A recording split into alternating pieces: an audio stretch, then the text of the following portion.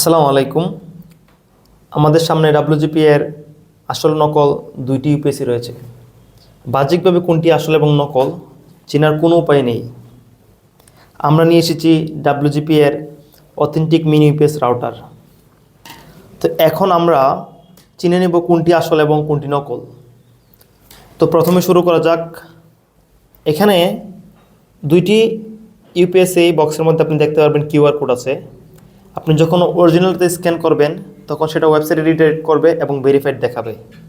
But যখন আপনি নকলটাতে যাবেন তখন তারা রিডাইরেক্ট করে না, তা জাস্ট এখান থেকেই স্টপ হয়ে যায়।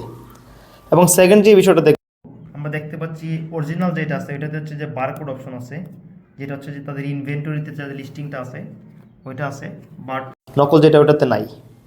এবং আমি যদি ওই পাশে দেখাই দুইটাতে সেম 5-9-12 এবং 5-9-12 সেম সাইজ।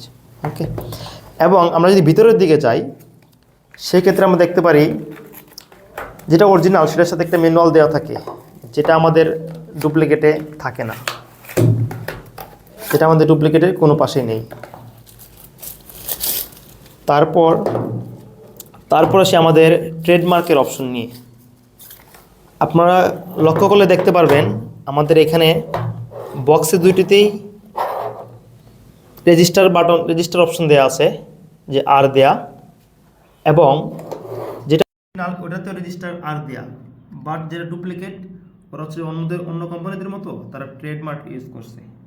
তো এটা হচ্ছে আপনারা অরিজিনাল আর ডুপ্লিকেট যে ইউপিএসগুলো আছে সেখানে আপনারা দেখতে পারবেন অরিজিনালটাতে একটা বারকোড দেওয়া থাকে এবং ডুপ্লিকেটটাতে থাকে না।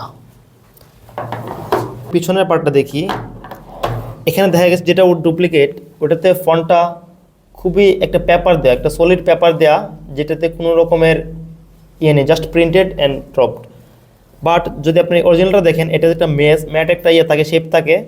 আপনি যখন হাত দিয়ে এটার উপরে ঘষবেন তখন দেখবেন এটাতে খুব ভালোভাবেই এটার বোঝা যাচ্ছে যে ফন্টগুলা এটা। এবং যদি দেখি অরিজিনাল এবং ডুপ্লিকেটটা দেখতে পারবেন যে অরিজিনালের গ্যাপটা খুবই কম, সীমিত, বাট যেটা ডুপ্লিকেট সেটাতে অনেক বেশি পরিমাণে গ্যাপ, এবং এটা অনেকটা টেকসই, বাট এটা একটু লুজি টাইপের, খুব একটু নড়বড়ে অবস্থা।